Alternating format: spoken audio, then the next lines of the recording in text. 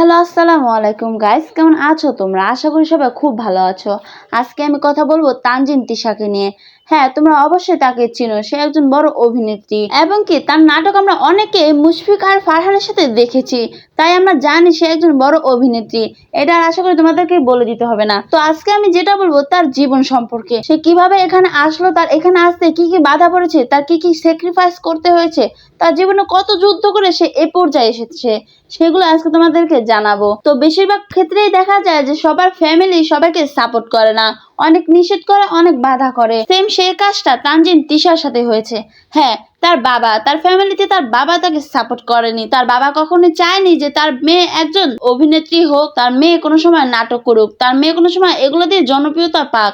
তার বাবা কোনো সময় এটা চায়নি, কিন্তু তার মেয়ে চেয়েছে। তার মেয়ের স্বপ্নই ছিল এটা।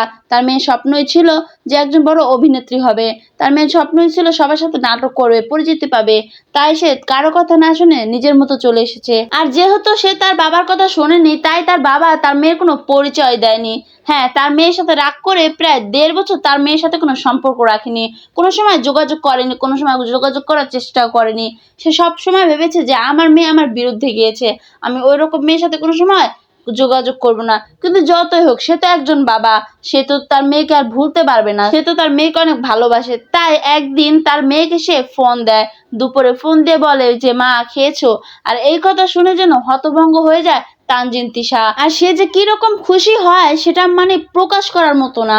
সে সেদিন অনেক খুশি হয় এবং কি সে তার বাবার সাথে মন খুলে সেদিন কথা বলে।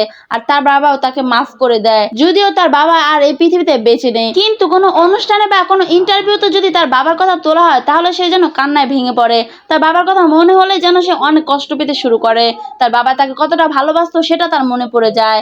আর এই কারণে তানজিন তিশা এখনো কান্না করছে এই ইন্টারভিউতে। আর তানজিন তিশা এই পর্যন্ত আসার পিছনে এগুলাই ঘটেছে তার জীবনে। সো গাইস, আপনাদের কি মনে হয় অবশ্যই আমার এই কমেন্টে বলে যাবেন।